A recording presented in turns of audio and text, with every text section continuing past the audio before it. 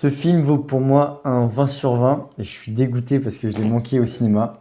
Je parle de L'Amour ouf. Déjà, on peut parler du scénario qui, pour moi, est particulièrement bien maîtrisé. Déjà, moi, je suis assez friand de ce genre d'histoire d'amour prédestiné.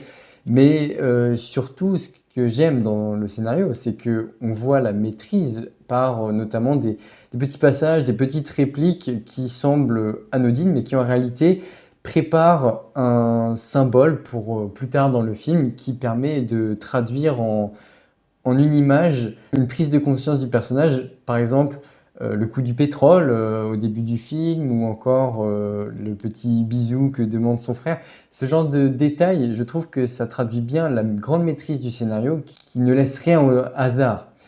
Une deuxième chose évidemment dont on peut parler, c'est la mise en scène. Pour moi, elle est exceptionnelle parce que chaque plan raconte quelque chose. Sur chaque plan, tu pourrais faire une analyse filmique. Je te mets au défi de compter le nombre d'effets vertigaux, le nombre de procédés cinématographiques utilisés. Je trouve ça assez merveilleux.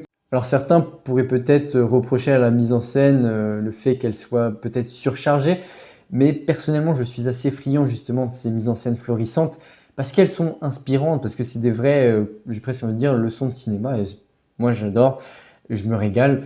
À la rigueur, un défaut que je pourrais entendre au film, c'est peut-être le fait qu'elle semble un peu cliché, cette histoire. Mais personnellement, je trouve que non, pas du tout. Pourquoi? Parce que certes, elle reprend une certaine trame narrative assez classique.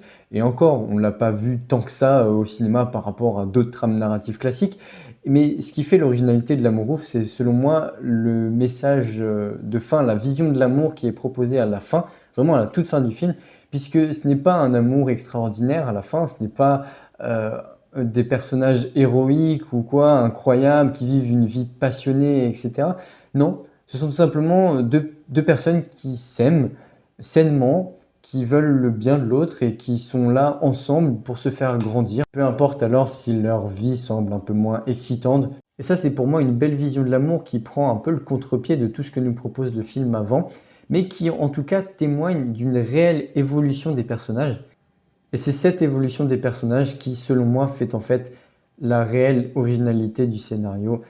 Et c'est pour ça que, pour moi, c'est un 20 sur 20. Scénario hautement maîtrisé, mise en scène florissante. Que dire de plus, si ce n'est bravo.